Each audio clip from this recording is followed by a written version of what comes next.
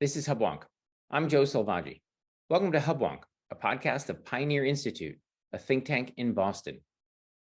The biotech renaissance brought on by the knowledge of the human genome has enabled drug companies to develop ever more targeted drugs to treat less common diseases.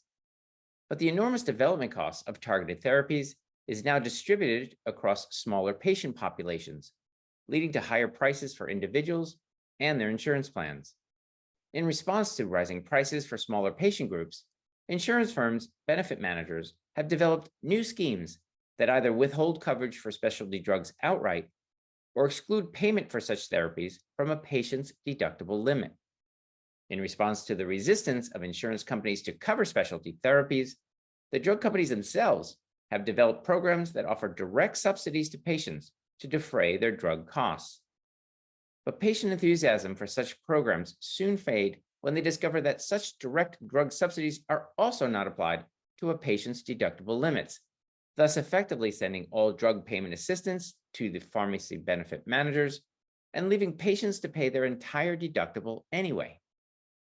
How can healthcare regulators permit insurance firms to deny coverage for specialty drugs and allow pharmacy benefit managers to expropriate money intended for drug payment assistance while also leaving patients responsible for their entire deductible?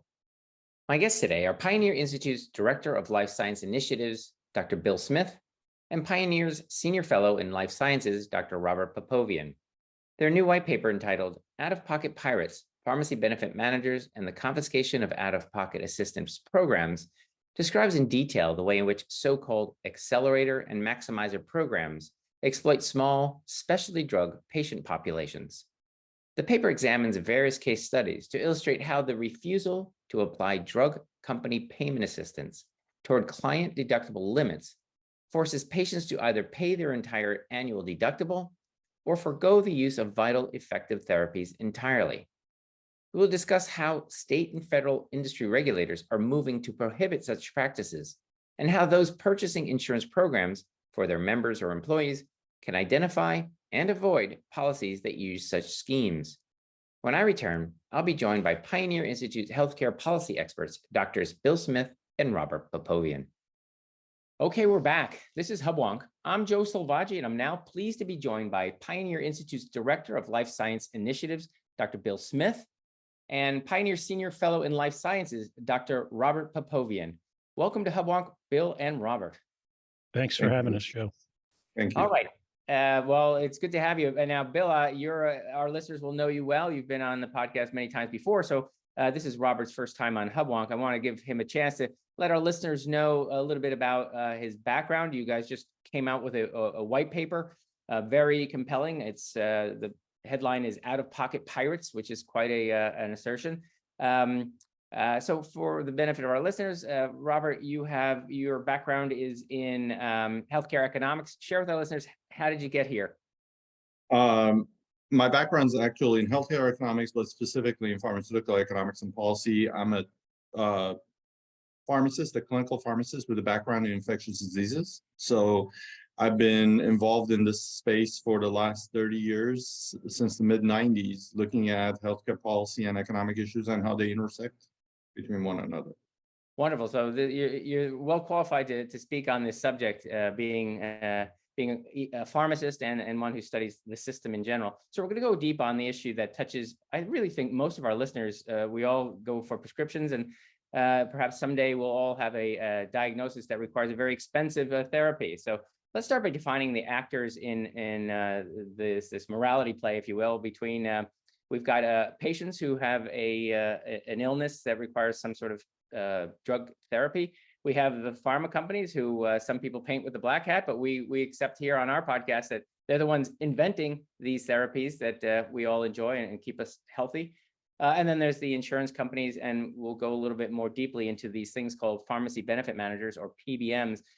Bill, you and I have discussed the role of PBMs in the past, the fact that their revenue seems to exceed both the insurance company's revenue and the drug company's revenue by a comfortable margin, which is an interesting phenomenon. So just as a bit of recap for our listeners, Bill, tell our listeners, What are pharmacy benefit managers and how do they fit into this scheme? Yeah, Joe, quite simply, they're consultants to insurance companies, and they help the insurance company structure the drug benefit. So they decide which drugs are going to be made available, which drugs are going to be restricted. And they take in what's controversial is they take in what are called rebates from drug manufacturers. And drug manufacturers pay rebates so that they can get a more preferred status for their drug on a particular formulary. And that's the controversial part. Billions and billions and billions. I think 204 billion in rebates and fees were paid last year. And the pharmacy benefit managers share most of that with insurance companies, but there's a little bit of opaqueness about where the money goes. All right. So we talk a lot in economics terms here on the policyholders, and we've got PBMs, and in theory, they're working on our behalf to get the right drugs on the formulary, get us a good price. So what market forces exist now, if we can call it equilibrium, to ensure that though they're expensive, our insurance company agrees to pay for those drugs? Why do they do it? Is that the goodness of their heart, or some market forces that encourage our insurance companies to cover the drugs we need?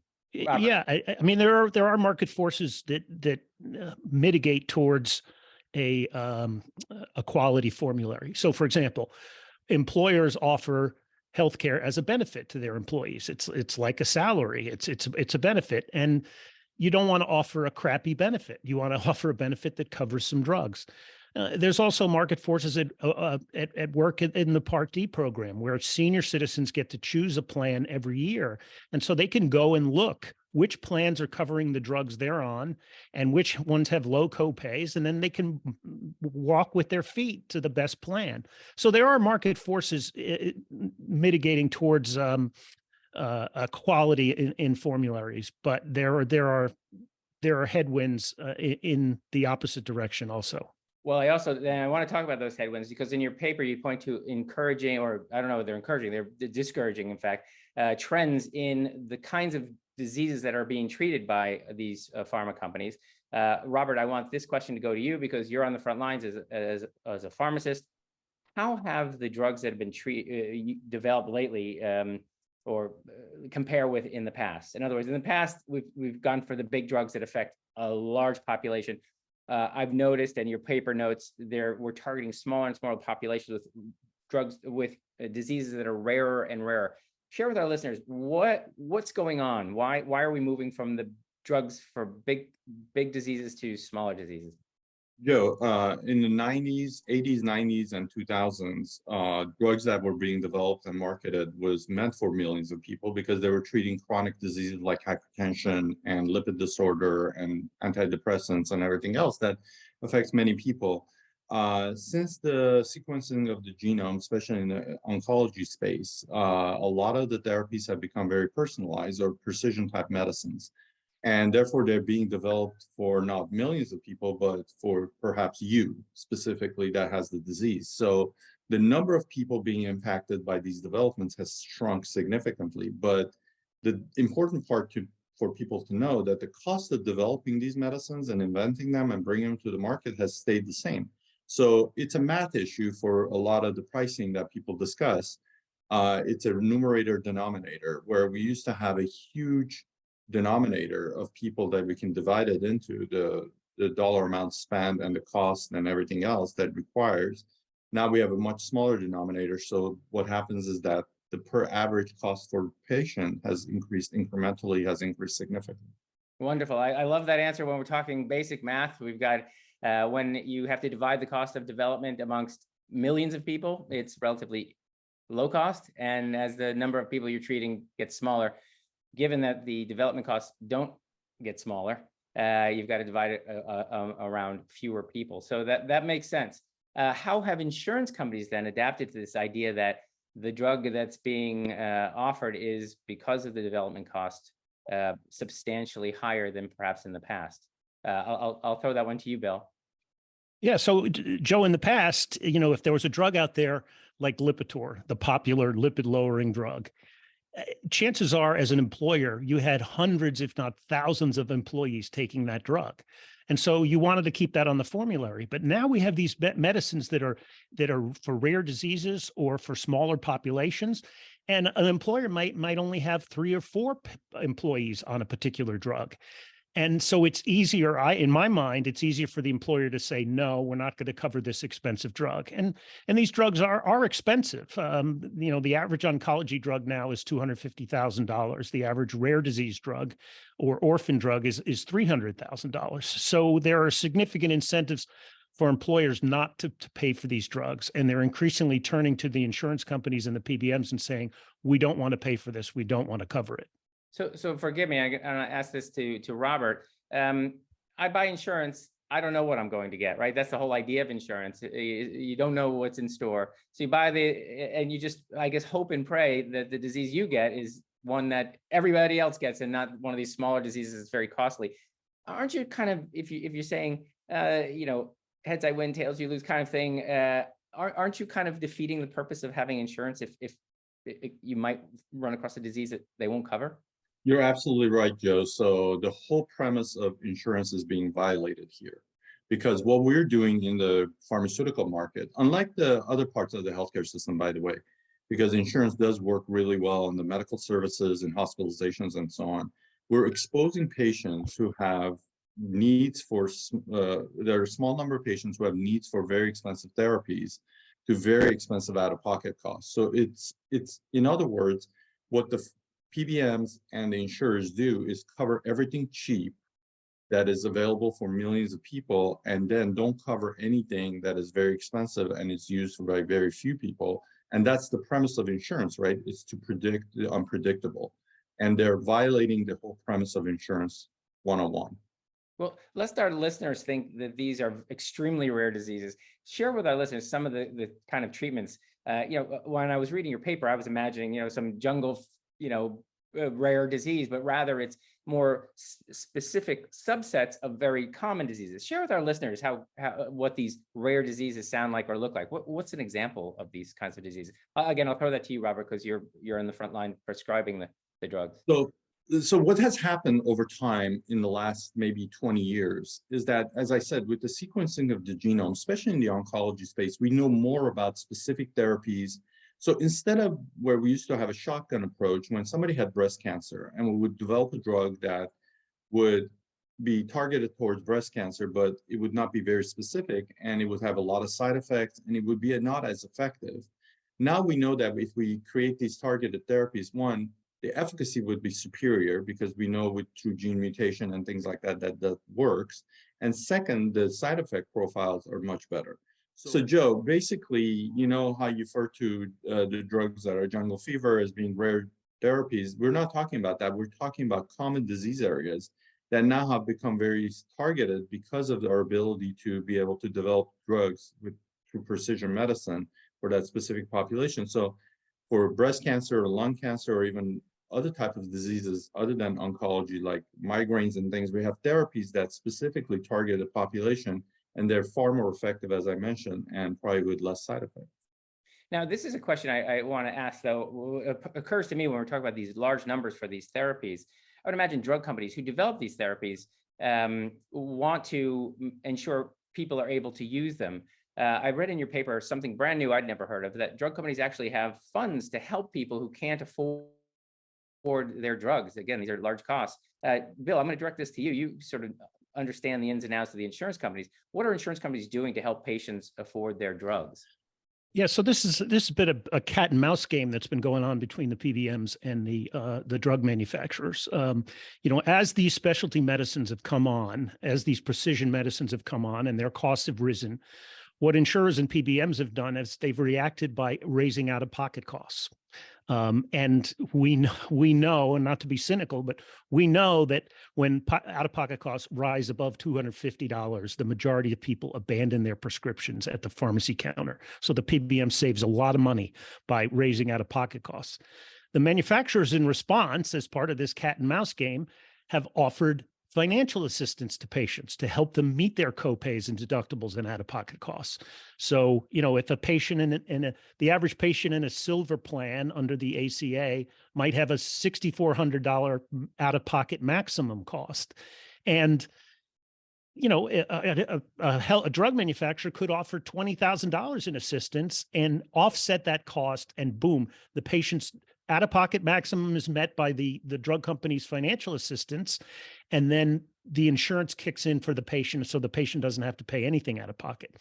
But Bill, that sounds good to me, right? That sounds like, okay, everybody wants the patient healthy. So the PBMs raise the out-of-pocket, perhaps just discourages use, but perhaps not, perhaps just to limit their own costs. The drug company counters with offering some rebate there or some financial assistance. Isn't this win-win? I mean, why wouldn't everybody be thrilled with this setup? Well, because the insurers want patients to pay money out of pocket. They want the manufacturer assistance, and they want patients to pay out of pocket. That drives their profits even higher. So what they've been putting what we wrote about in the paper is they've been putting these programs in place called accumulators and maximizers, where the PBM pockets the financial assistance from the drug company and then turns around and says to the patient, no, you still have to pay your out-of-pocket maximum. Okay, hold on. We've set the stage now. We've got all the background. Bill, you want to add something to that? Because I do want to, for our listeners' benefit, drill down and talk about these concepts of first accumulators. What are they and how they might work? I'm suspecting that, Robert, that's what you were about to describe or explain. I was just going to add to what Bill says. So the motives of the PBMs and the insurers is even more cynical, because their whole premise is that way we're going to increase out-of-pocket costs. There's going to be this patient assistance, and then we're going to restrict the use of these patient assistance. We're going to sort of steal that, right? But the premise for them is that the patient assistance increases or encourages the use of brand name medicines. But their premise is false, because 99.9% of this patient assistance goes to brand name drugs that don't have a generic or a biosimilar alternative. And generally speaking, it's for disease areas that nobody's going to take these drugs unless they absolutely need these drugs. I don't know about you and me, but we're not going to our physician and getting prescribed a lung cancer drug unless we have lung cancer that actually will be benefiting from this. So their whole premise of restricting these through these programs is false. And they've fed this to the policymakers and patients and employers for many years, that this encourages use of brand name drugs, which is completely irrelevant.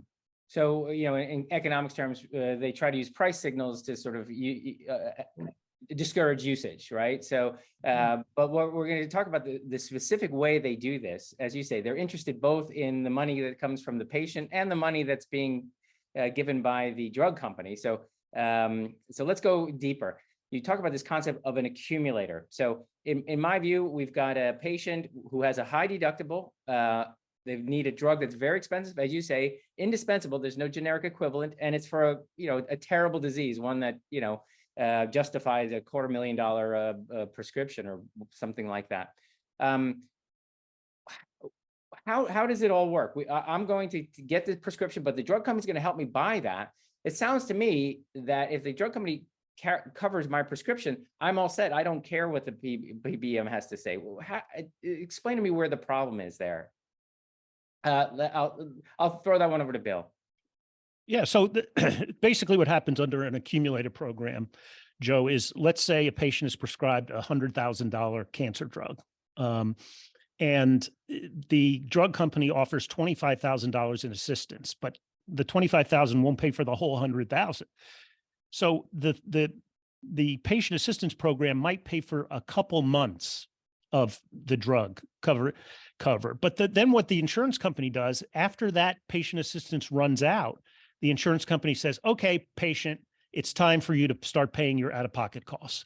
So in month 3 or 4 under these programs, suddenly the patient is faced with a gigantic, maybe a $6,000 out-of-pocket cost for their drug. And sometimes this is unsupportable. Patients can't afford it. And that's the way an accumulator program works. There's like a cliff that you fall off when the patient assistance money from the drug company runs out. You fall off a cliff and you're faced with severe out-of-pocket costs.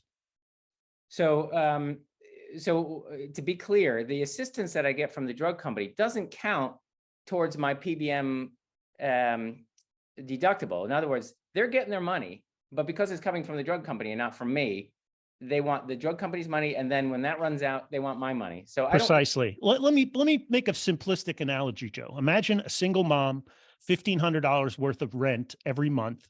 She's struggling to pay the rent, and she learns a construction company that wants to keep the housing market robust will offer a voucher for $500. So she applies and she gets the voucher, and she goes to the landlord at the first of the month.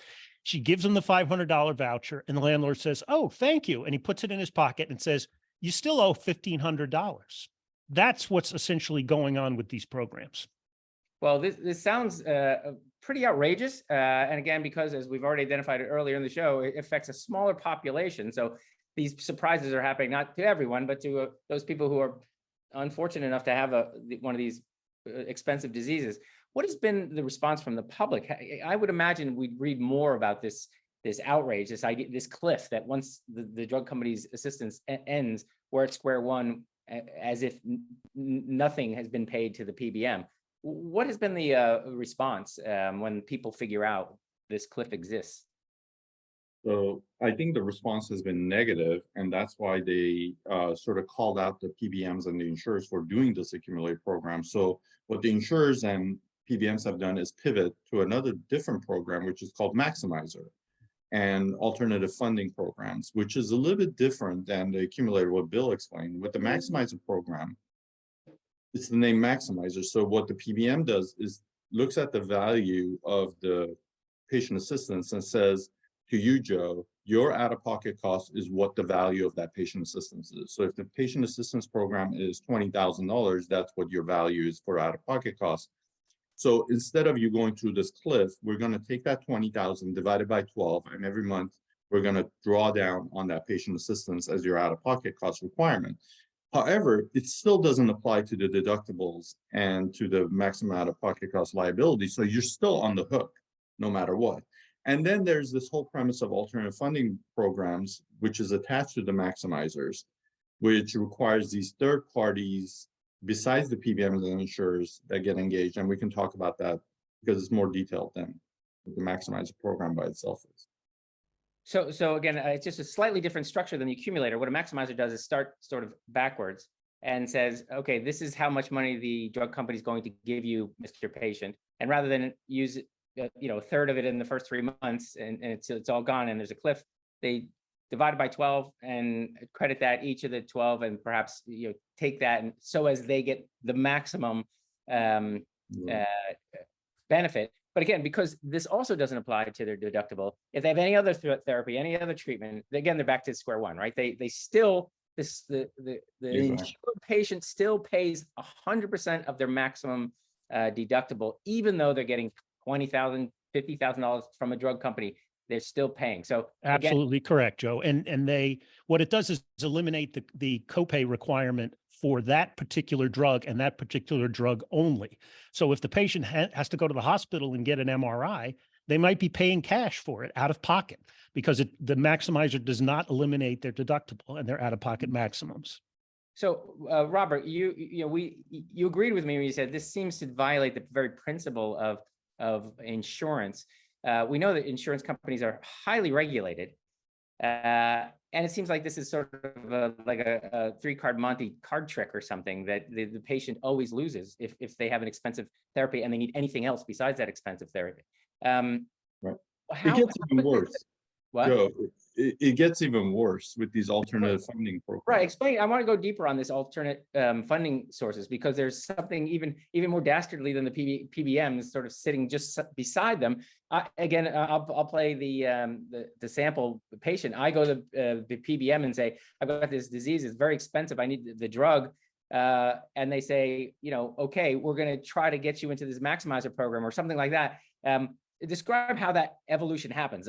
Start with, I show up to the pharmacy needing, $100,000 drug.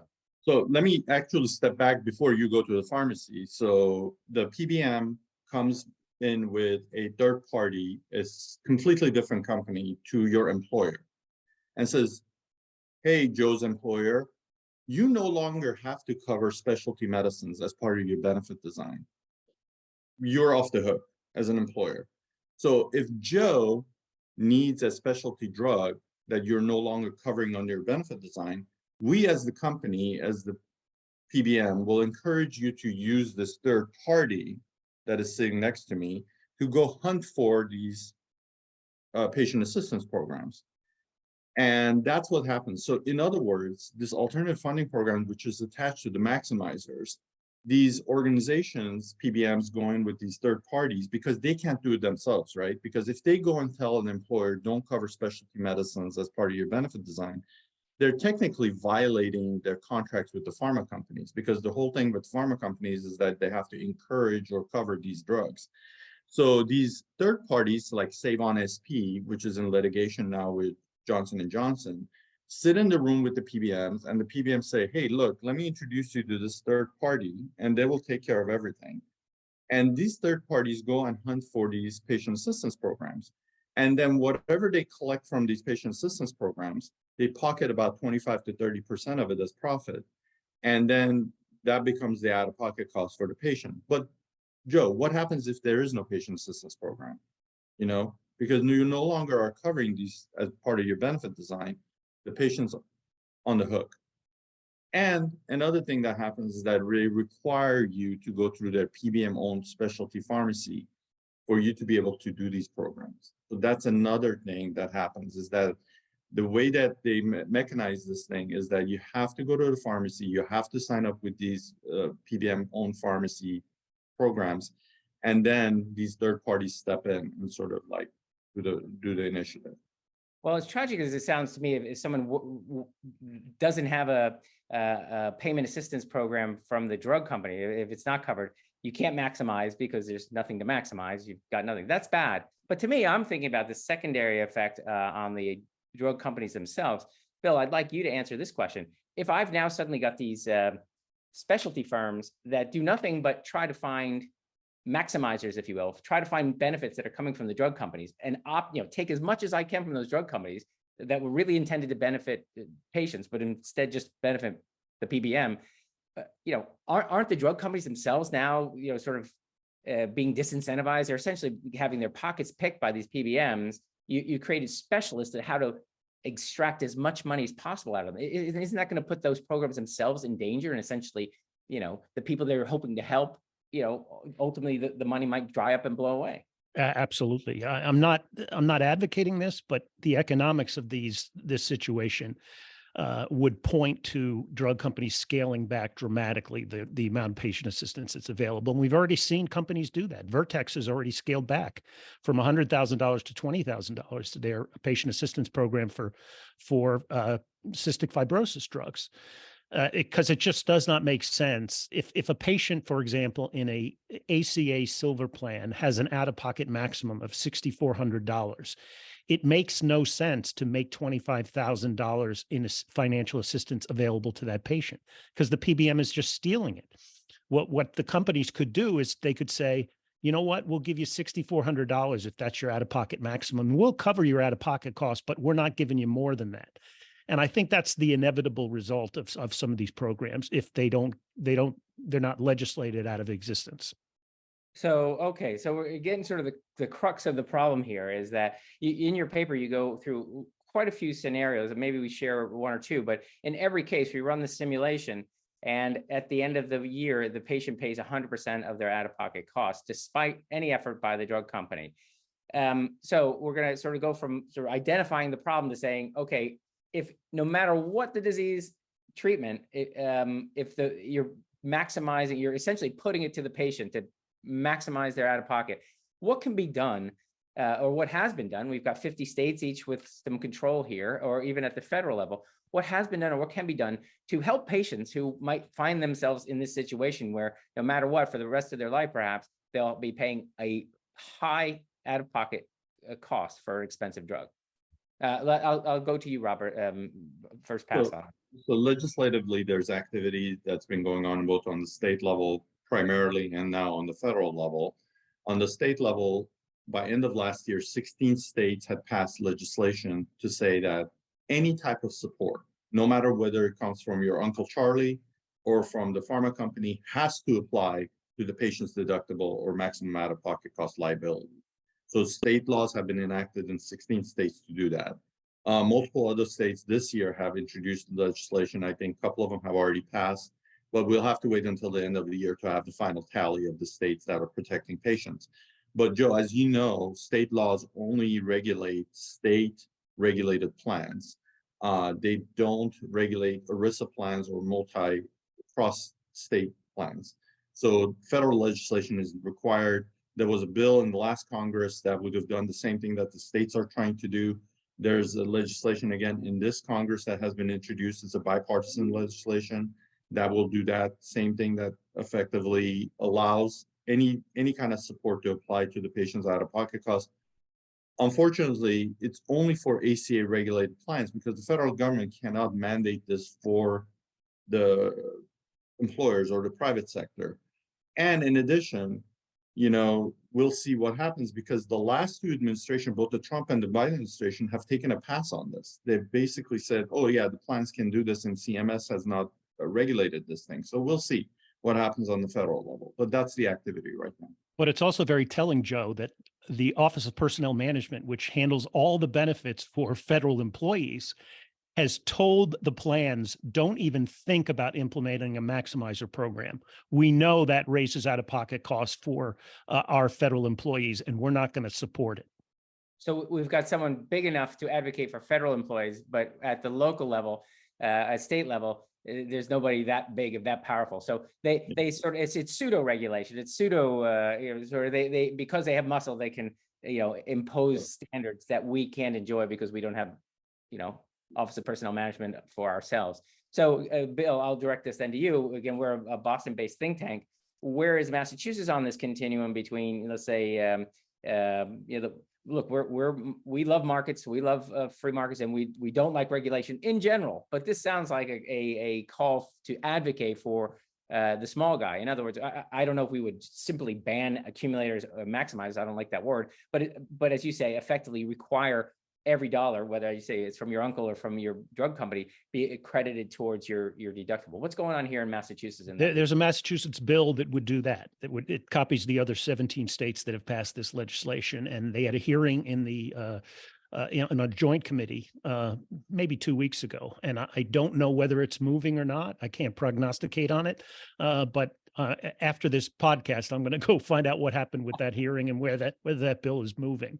But a lot of states are considering these bills, very many states. If I may, many of our listeners are business owners who have purchased plans for their employees. They love their employees. They want them to be well served. This sounds like perhaps knowingly or unknowingly, a way that they may utterly disappoint their employees with a plan that exempts important medicine.